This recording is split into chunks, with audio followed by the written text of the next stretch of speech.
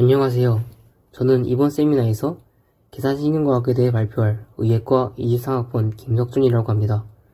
제가 서울 캠퍼스인 관계로 참석이 어려워 불가피하게 영상으로 대체 발표를 하게 된 점 양해 부탁드립니다. 또 대학 발표는 이번이 처음이라서 부족한 점이 있더라도 이해해 주시면 감사하겠습니다. 저는 생명과학 분야와 컴퓨터과학 분야에 흥미가 있어서 둘을 모두 활용할 수 있는 분야가 어떠한 것이 있을지 조사해보았고 계산신경과학이라는 학문을 알게 되었습니다.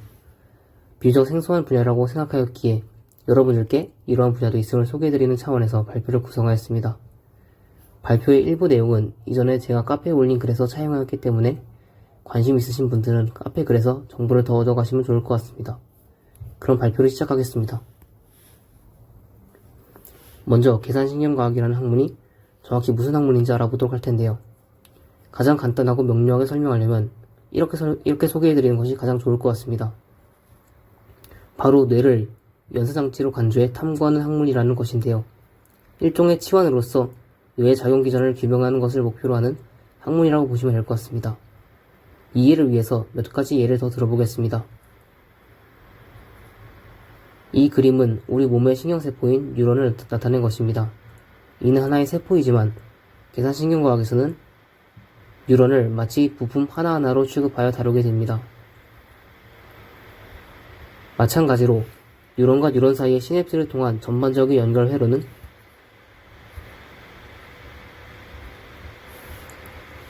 부품들끼리 이어진 배선으로 다루어지게 됩니다.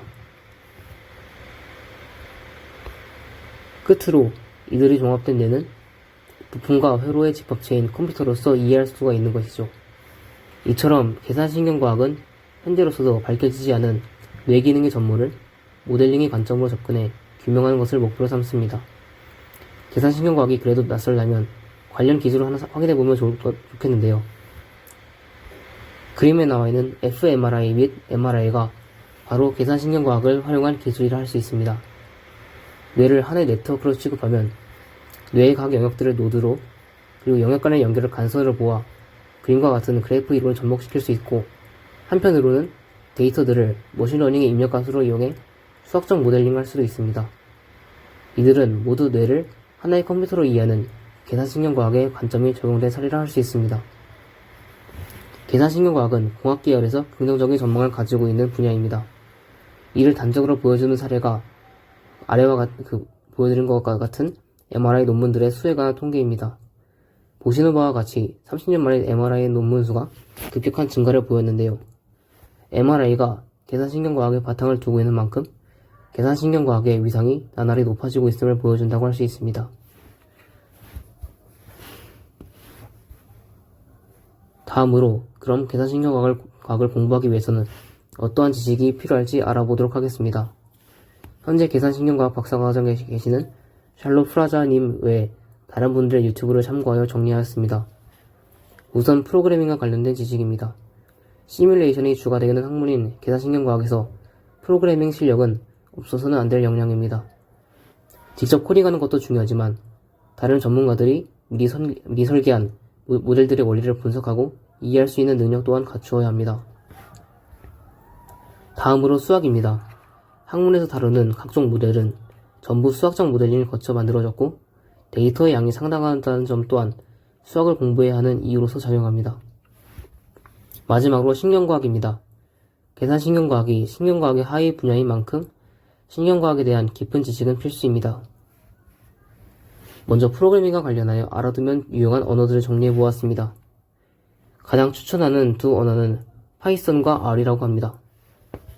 파이썬은 직관적이고 많은 레퍼런스들을 가지고 있기 때문에 도움받기 좋다는 장점이 있습니다. 때문에 초심자들에게 자주 추천되는 언어입니다. 한편 R은 통계학에 큰 도움을 주는 언어로 계산신경과학에서 역시 통계학이 자주 사용되기 때문에 R을 공부하면 좋다고 합니다. 이외에도 C++, 매틀랩, 줄리아, 배쉬 등이 있습니다. 이제 추가로 더 알면 좋을 것들을 소개해 주셨는데 GitHub, 그리고 터미널, 주피터 노트북입니다. 다른 제작자들이 미리 만들어 놓은 코드를 받아 활용하기 위해서는 GitHub가 필수입니다.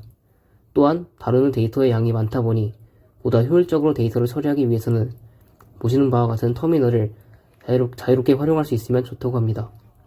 마지막으로 중간중간에 설명을 써놓을 수 있는 주피터 노트북도 활용하면 좋다고 합니다. 두 번째로 수학입니다.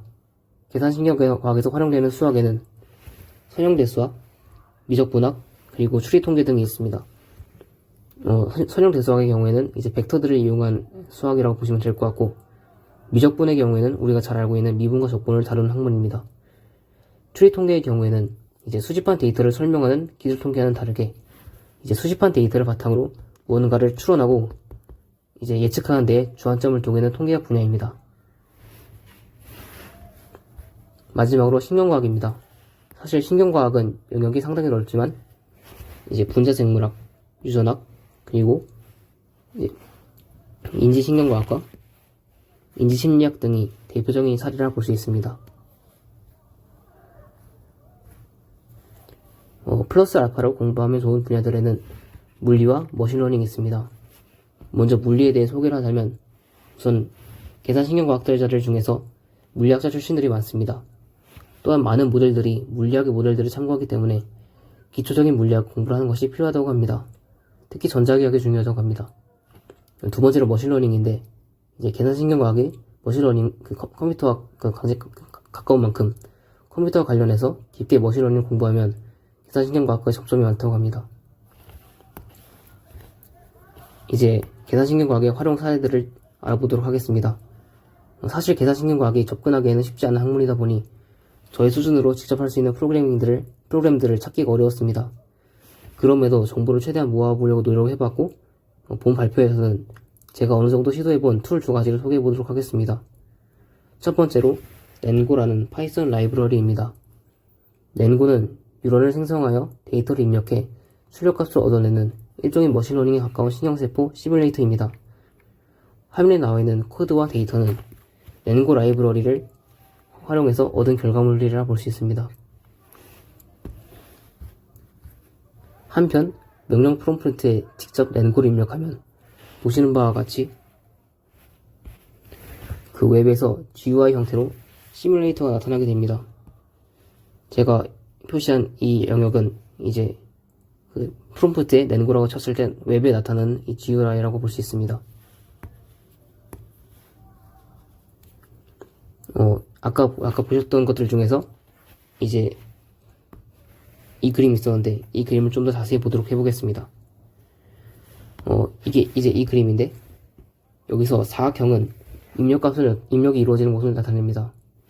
그리고 여기 원들은 뉴럴 집합이라고 생각하시면 되고, 따라서 이 화살표는 입력을 뉴런에 연결시키는 일종의 통로라고 보시면 될 것 같습니다. 이제 이거에 대한 코드를 좀 더 분석을 해보도록 하겠습니다. 먼저 이 렌고라는 것은 본 네트워크의 입력, 즉 인풋을 생성하는 코드입니다. 그리고 여섯 번째 줄에 앙상블이라고 하는 것은 뉴런의 집합을 의미합니다. 그리고 일곱 번째 줄에 커넥션은 이전에 생성한 여기 노드와 앙상블을 이렇게 화살표와 같이 연결해주는 역할을 한다고 보시면 될 것 같습니다. 즉 일종 시냅스라고 생각하시면 편할 것 같습니다. 렌고 라이브러리는 머신러닝 분야에서 보다 자주 활용된다고 합니다. 두 번째로 뉴런 시뮬레이터를 소개하겠습니다.